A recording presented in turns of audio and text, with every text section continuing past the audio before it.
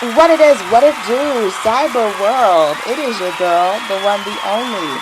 Ash said it. AshSaidIt.com. AshSaidIt.com. Welcome to the Ash Said It Daily Podcast Show. I appreciate you guys for all of your love and support.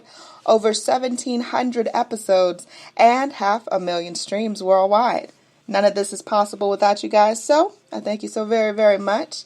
It's a wonderful day, wonderful day. Yes, it's a perfect day to go get some nachos. I'm going to go put that out to the universe. So today I've got the regional operations manager of my favorite brand, Nacho Daddy, the wonderful Chris Thompson. Hey, Chris. Hello. Thank you for having me again, Ash. Such an honor. Oh, it is an honor to have you back on, Chris. Thank you so much. I know that you're a busy bee. You're a little bit everywhere. So I thank you so much.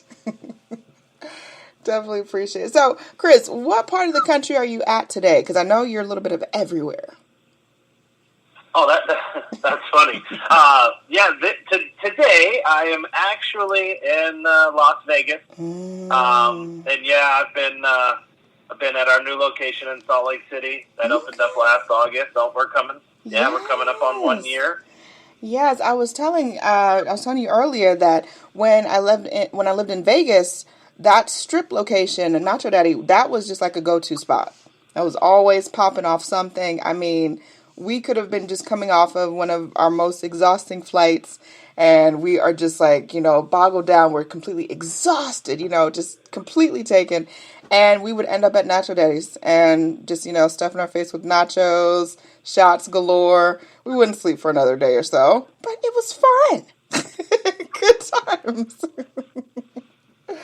Always good times. So, Chris, what is the story behind Nacho Daddy's? How did it start?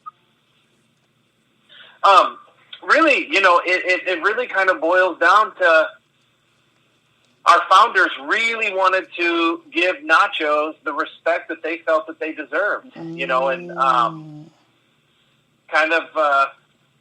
got our roots in Georgia, but we were born and raised in Las Vegas. But, some inspiration came from our roots there. That's kind of tip our hat to our Duluth location, Yes. But as our founders were, seeing nachos on menus, and they just kind of felt like they could do it better, and giving them the respect that they needed. That when you go somewhere and you order nachos, I think everyone has the same expectation that they're going to get this wonderful plate of uniqueness, and all too often you get that plate of disappointment where it's just it just doesn't hit exactly the way that you think that it would. So they decided, you know what we're going to do? We're going to, we only offer filet mignon in our restaurants. We have no other, we don't use flank steak or skirt steak or any of those things. Only the finest ingredients. Yeah. Breast of chicken when we have chicken, and our mojo pork. So all of our ingredients that go on top of our nacho is really the highest level of quality. And a lot of house-made, like avocado lime salsita, serrano aioli. Everything that you're going to be tasting there is house-made. So it's a big difference. And, I mean, no disrespect to the other folks that are trying to do nachos, but we do feel that Nacho Daddy kind of elevated the game and moved them off the appetizer page and highlighted them on the entree page that we really felt like they should have been. Yes, I agree. You guys have absolutely done that with the brand. And for me, as a patron, having been to the locations in Vegas, I'm making my way to Duluth. I'm going to see you soon in Duluth.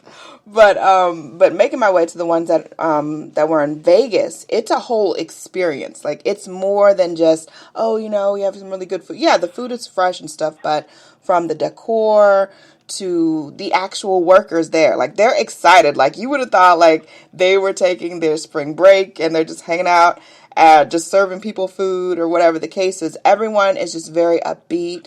Everyone is happy to be there, and it exudes. It sheds a lot about your work environment. If your workers are excited and happy, and that's gonna translate over to the guest. So I tip my hat to you guys on your training and how you guys actually handle, all your workers. Makes a difference. No, and thank you so much for that. That's probably one of the best compliments that I can ever receive in my current position. We try to create that vibe. I mean, yeah.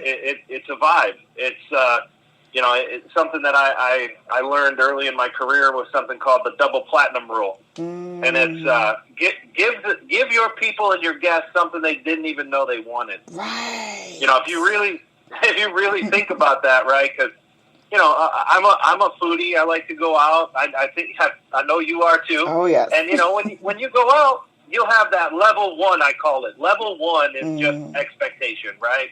Like you're hungry and you're thirsty. That's level one. Mm-hmm. But when our guests come into Nacho Daddy, we're trying to give them a double platinum rule. We're trying to give them an experience that they didn't even know that they wanted. Yes. So whether it's our service staff giving them a tour through the menu like a tour guide, explaining all of the flavors that they can taste, and a tinga nacho and some exotics with a lobster crab nacho, all of the things that our pineapple mint margarita and all of our ingredients that are really going to give them an experience that is kind of that double platinum rule. They didn't even know. And then the scorpion shot, the desserts that we offer, and have fun with them, because every patron and guest nowadays, when they're coming into your location and hospitality in general, everybody has a different expectation. So it's really kind of streamlining that experience to what it is they're looking for.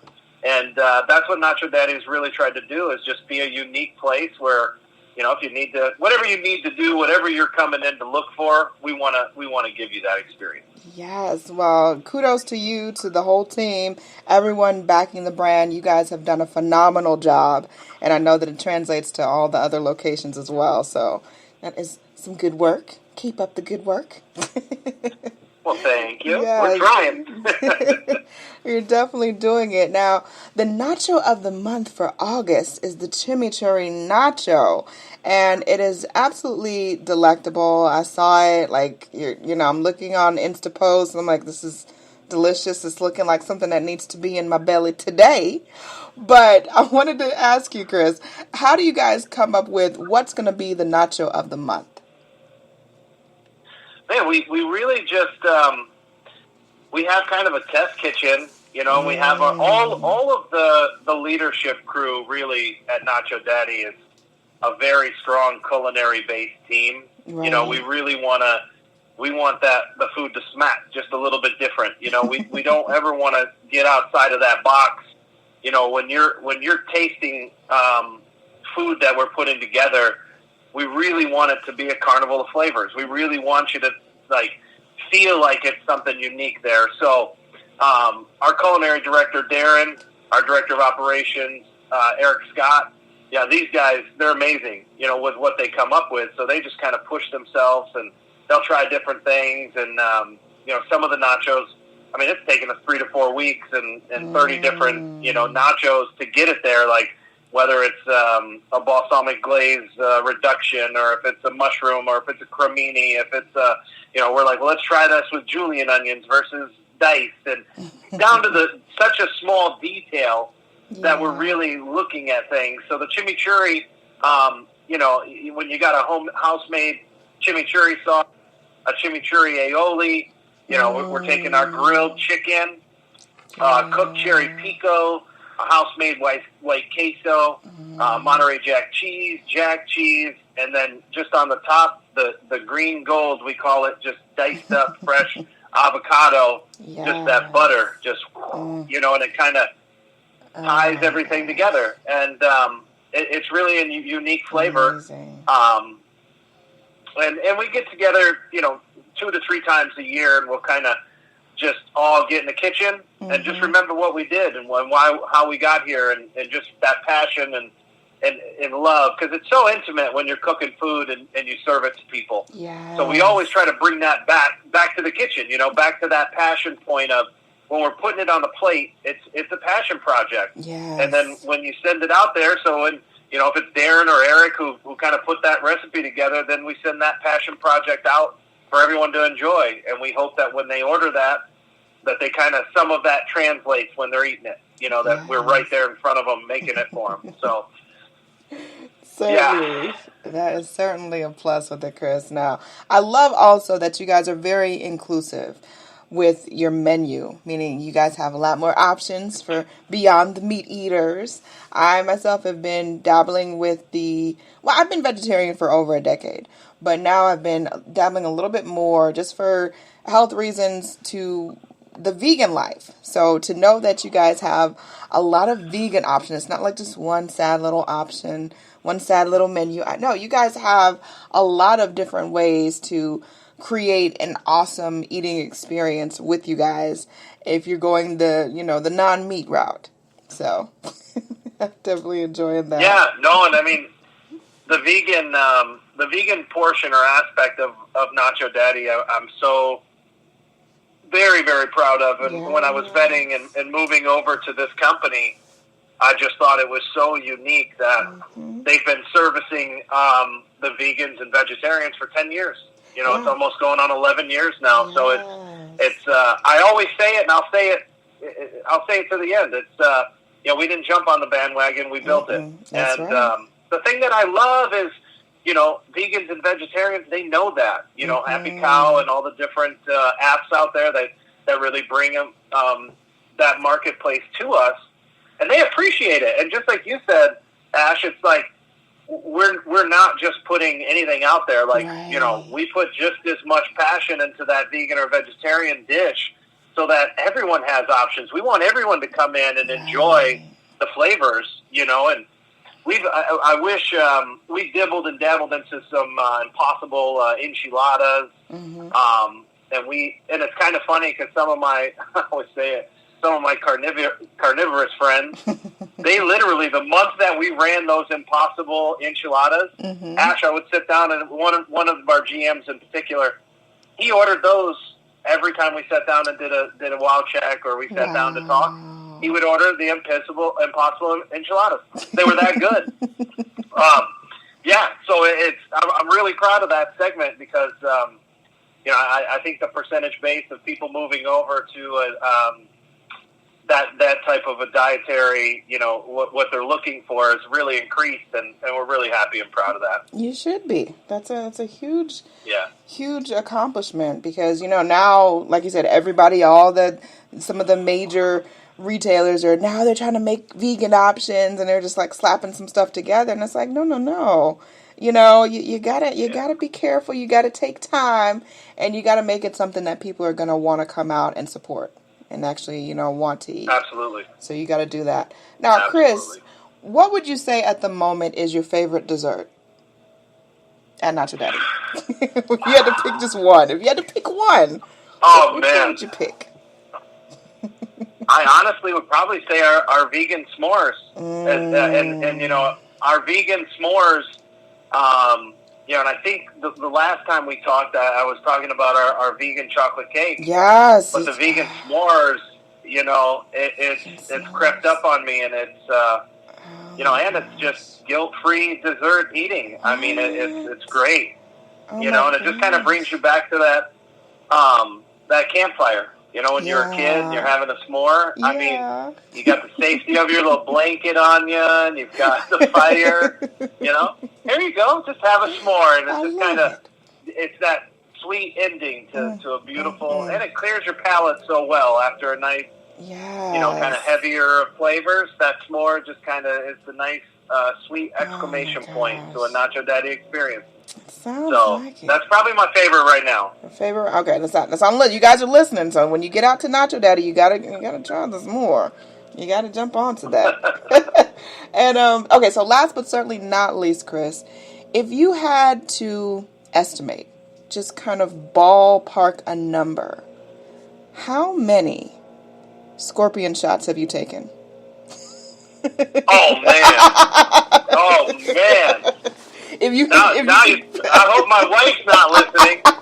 Ash, I will give you a number here, and then I'll give you a number when I meet you in Duluth. How's that? That'll work, Chris. I like that. I like the way you think. Well, I'll tell you this. I'll tell you, it never gets old. Yeah. It never gets old. The scorpion shot, hashtag get stung.